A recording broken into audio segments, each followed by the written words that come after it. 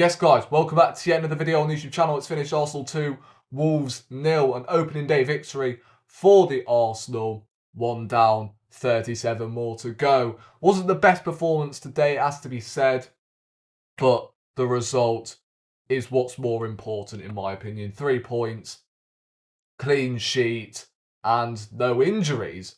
On to the next one, which is obviously Aston Villa next week, which expecting a really difficult game, especially last season when we lost both fixtures. So we cannot lose to Unai Emery again. We just can't. But yeah, besides about that, completely different video. I will try my best to cover that game next week, but I'm away again. So yeah, hence why the content has slowed down recently. I promise I will be filming match reactions every single game if I can. But today, look, it was all about getting the 3 points. First game of the season. You're still going to have a few cobwebs to brush off because not many players have had pre-season. Declan Rice, I think, played, 2 games in pre-season, both at the Emirates. Saka has had 1 start as well since coming back from the Euros. And today, it didn't look like he was rusty, all right, because he was quality. He was my man of the match. And I still cannot fathom why this guy gets the hate he receives. He is a quality footballer. And the fact he is a benchmark says a whole lot. Because he's just quality. Yes, I know he's not an Eden Hazard type where he's going to skill up 5 different players, but he has end product. He's consistent as well. He was arguably one of England's best players in the Euros, but no one's going to mention, obviously, Jude Bellingham, who stunk up the place other than the overhead kick he scored against Slovakia. No one's going to pay attention to the fact Phil Foden went 007. Same with Harry Kane as well, because he's England captain. Nah, we're not going to talk about him. Let's target Saka. Just imagine if he didn't score at the Euros. You'll have them same fans saying, "Oh, poor Euros. He's now not doing it for England. Poor season for Arsenal." Like, absolute lunacy, isn't it? Yeah, as I said, Saka was absolutely quality, different class, and I'm expecting a big season from Saka because obviously he deserves to win trophies with us. The amount of racial abuse he has received and what he's been through with Arsenal, obviously carrying us from bloody trenches to a title charge. And if he wins the Premier League, yeah, that'll be the cherry on top, in my opinion. Yeah, as I said, Saka was my man of the match. I thought Havertz had a very good game as well. Scored. This doesn't mean I'm going to sit here with my blinkers on and say, oh, yeah, we don't need a striker now. We still do need a striker. But just imagine if we buy someone, a number 9, that can play alongside Havertz, then I think that's where we will see the very best of Havertz. Because I reckon his passing is very underrated. And say if Odegaard does break down, we could see him shift in as that 10. Not necessarily the number 8, but in that number 10 role. I thought he was really good today. Good to see him getting on the score sheet. I saw it coming, to be honest. I knew Havertz was going to score the first goal for Arsenal of the new season. And it came around, 26th minute, something like that. Great cross from Saka. And Havertz got there before the goalkeeper to nod it in. And then we had a 10-minute spell where we were a little bit sloppy, I can't lie. Saliba was making mistakes. Partey had a few loose passes here and there. But David Raya, who I thought was another standout from today, made some big saves, one in the first half in particular. at 1-0. That could have been 1-1 easily. But yeah, brilliant save. He made another at 2-0, I believe, to protect his clean sheet.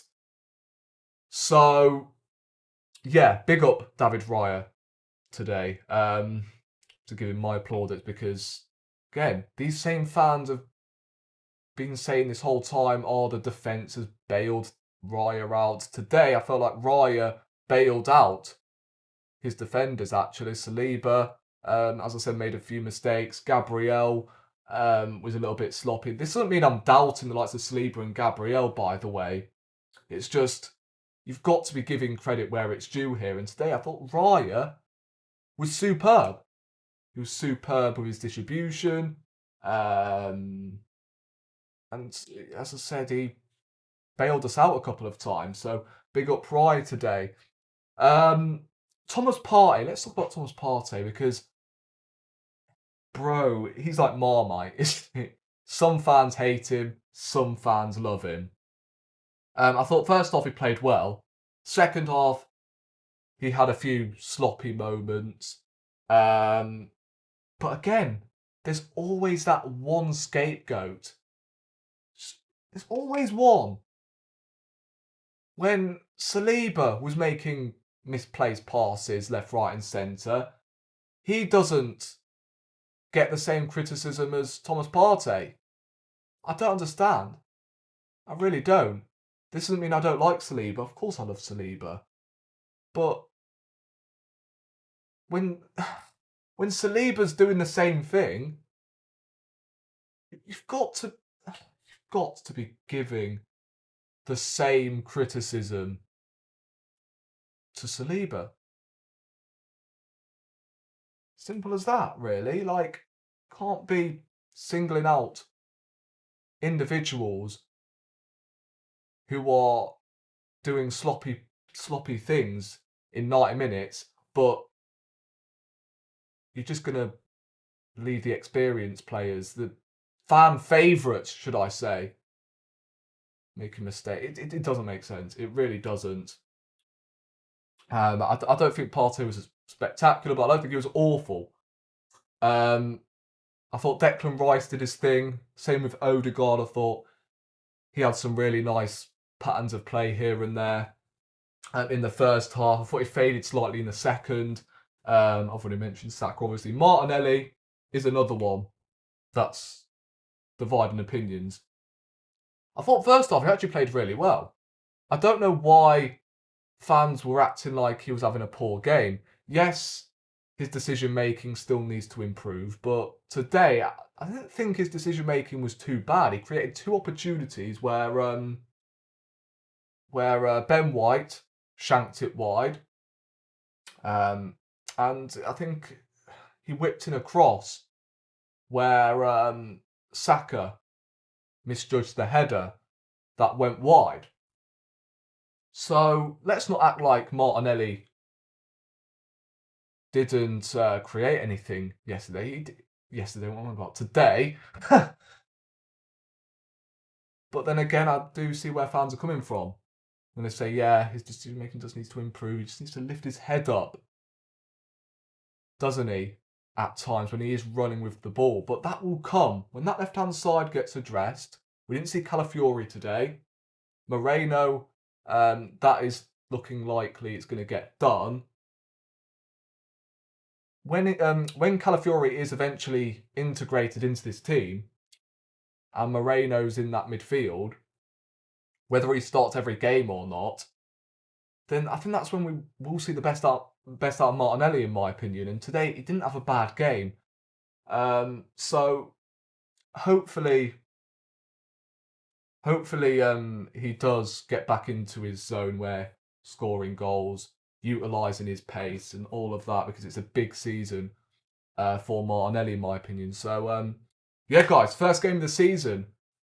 Not really much to touch on, really. It's the first game of the season. It's always nice to start the season with a win, regardless of the performance. Winning is what counts. We can play like this all season, but we win games that is enough to win us the Premier League or win us a trophy, then who's there to complain?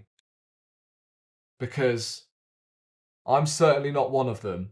Because winning, as I said, is what counts. So, there you go, guys. First game out of the way.